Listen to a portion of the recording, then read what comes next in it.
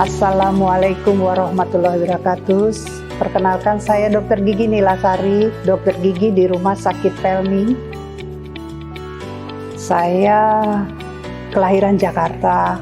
Dari SMA juga emang sudah kepengen sekali jadi dokter gigi. Emang dari hasil tesnya juga ada 2. Kalau nggak masuk hukum, kalau nggak kedokteran gigi. Tapi saya memang kepengen sekali jadi dokter gigi. Saya berkuliah di Fakultas Kedokteran Gigi Airlangga Surabaya. Jadi perjalanannya sedikit agak panjang. Saya emang lahir besar di Jakarta. Saya harus merantau ke Surabaya yang tidak pernah saya keluar dari rumah, masuknya merantau.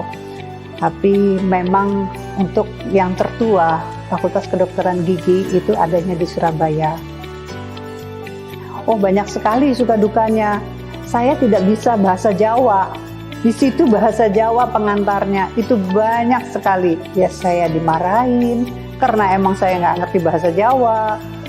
Berkomunikasi dengan pasien saya juga nggak terlalu bisa karena emang nggak bisa bahasa Jawa. Bahasa Jawa itu kan tingkatannya ada yang kromo inggil atau yang biasa. Nah, saya nggak tahu tingkatannya.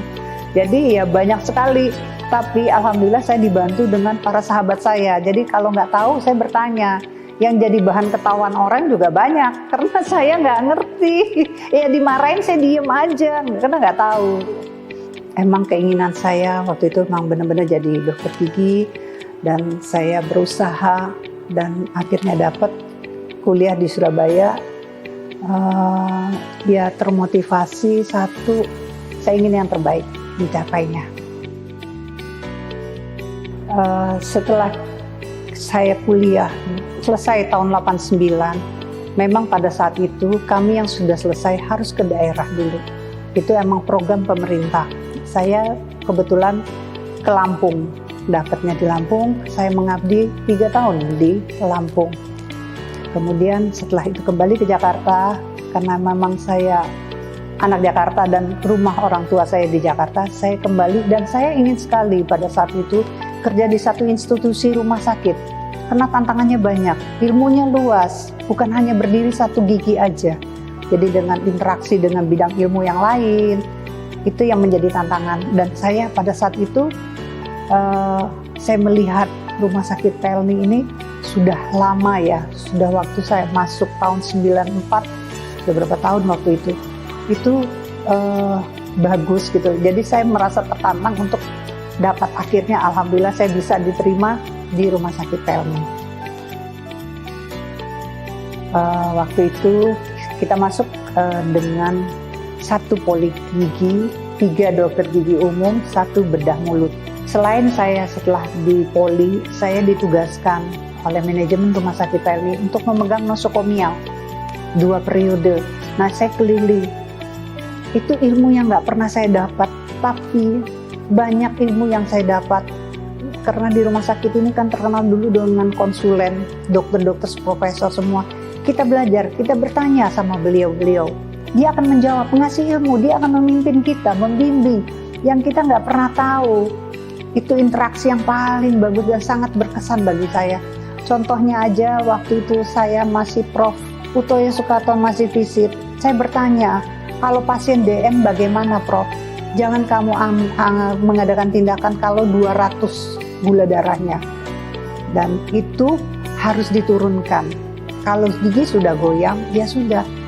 Itu vokal infeksi harus dibereskan. Tapi kiat-kiatnya ada.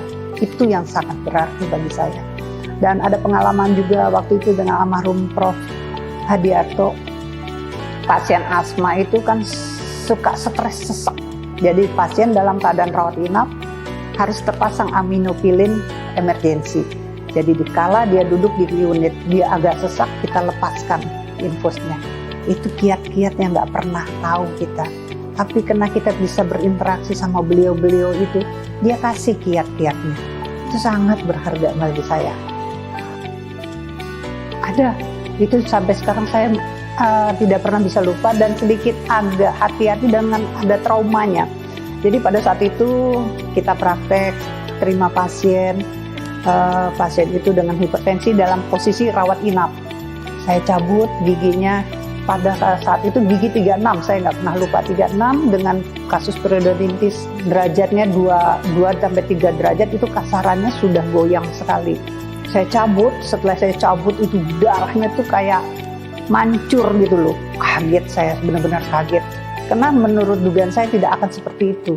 Karena dari pasien rawat inap kan nggak mungkin dia sudah tercover kan dengan hipertensinya. Akhirnya saya telepon dokter, DPJP-nya, saya suntikin Calnex, kemudian saya jahit, dan itu disaksen pakai yang gede saksennya. Teratasi dengan dijahit, kemudian kita larikan itu pasien ke UGD.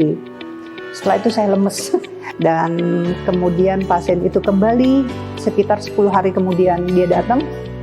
Saya tanya, ini pasien yang mana? Karena dia datang mau buka jahitan.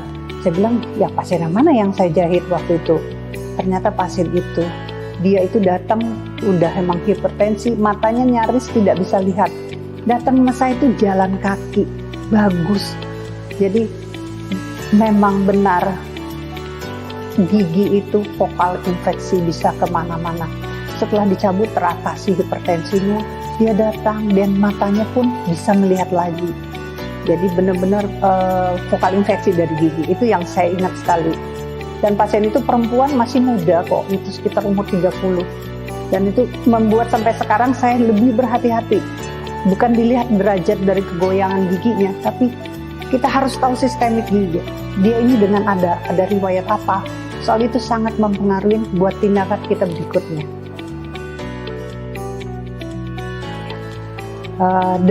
Dari gigi aja ya, saya masuk ke sini, itu poli gigi cuma 1. 3 dokter gigi umum, 1 bedah mulut. Untuk saat ini kita sudah punya 6 poli dengan dokter spesialis yang berbagai macam. Nah itu kalau bisa dengan adanya juga dengan subspesialis yang lain, semakin terintegrasi dengan semakinnya majunya. Dan pesan saya, kita itu di antara para dokter itu sebagai seorang saudara, dan yang kita yang muda banyak mesti bertanya, belajar. Disinilah lahannya. Rumah Sakit Pelni terkenal itu dari dulu. Itu banyak konsulen dari RSCM. Itu ilmu, bidang ilmu. Tapi kita harus berani bertanya pada beliau. Masing-masing itu punya interaksi. Jadi gigi itu benar-benar fokal infeksi. Jadi kita harus berani bertanya karena integrasinya banyak. Itu suatu kelebihan. Dan insya Allah rumah sakit ini akan lebih maju dari sekarang. Terima kasih.